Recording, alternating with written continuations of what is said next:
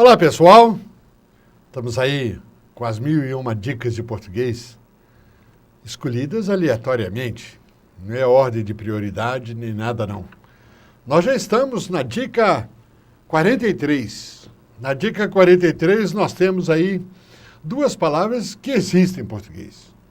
O problema é como a gente usa uma e como que a gente usa a outra. É a palavra perca e a palavra perda. Vamos ver algumas frases. A perca dos pontos foi contestada pelo Internacional. Então, a questão está aqui na palavra perca. Vamos ver se depois está certo ou está errado. A invasão de campo pelos torcedores foi julgada e foi punida com a perca de todos os pontos do Flamengo. Vamos ver outra. Muita chuva produziu muitas percas. A perca dos pontos foi provocada pela invasão de campo por torcedores. Vejam que são frases que aparecem em jornais, revistas, em televisão, né? Pois com a perca da memória, não reconhecia filhos e netos.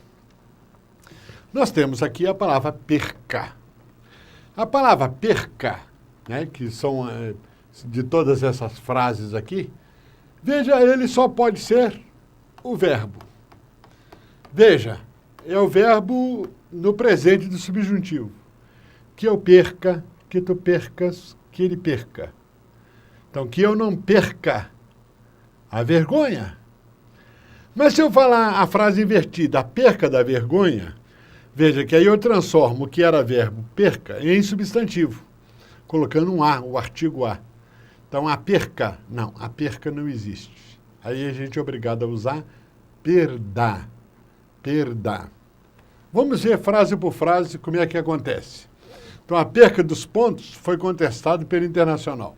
Nós temos aqui a palavra perca e veja que ela está precedida de um artigo. Toda vez que a gente coloca uma palavra precedida de um artigo, ou a, os, as, uns, umas, nós temos um substantivo. O substantivo não é perca.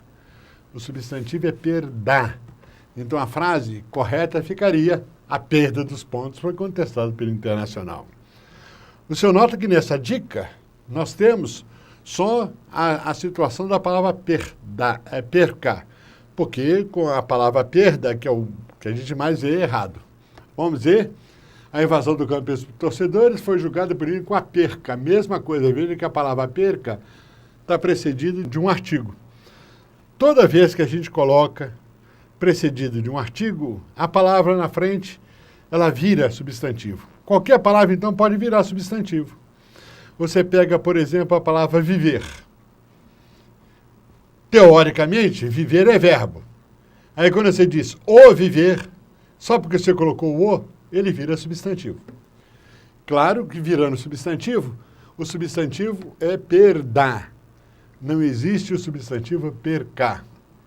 Perca é só quando você colocar o verbo no presente subjuntivo. Que eu perca, tu percas, ele perca. Percamos, percais, percam. Então, que eu não perda a vergonha, que eu não perca a vergonha, que é o presente subjuntivo. Vamos ver outra frase. Muita chuva produziu muitas percas. Aqui nós temos muitas, a palavra que precede, que é um adjetivo. O adjetivo funciona como se fosse um artigo. Então, na realidade, esse as aqui, né, do muitas, que podemos considerar como se fosse um artigo, só que no caso aqui é um adjetivo. Então, a palavra não é perca, a palavra é perda. Então, provocou muitas perdas. A outra frase, a perca dos pontos, mesma coisa, nós temos aqui a palavra perca, precedido de um A, então nós temos um substantivo. Se o substantivo é perda, então nós temos a perda dos pontos, foi provocada pela invasão de campo pelos torcedores. Pois nós temos, com a perca da memória, veja, nós temos aqui exatamente o perca com A. Também o substantivo, não existe o substantivo perca. O substantivo é perda. Perca é presente subjuntivo, vai perder.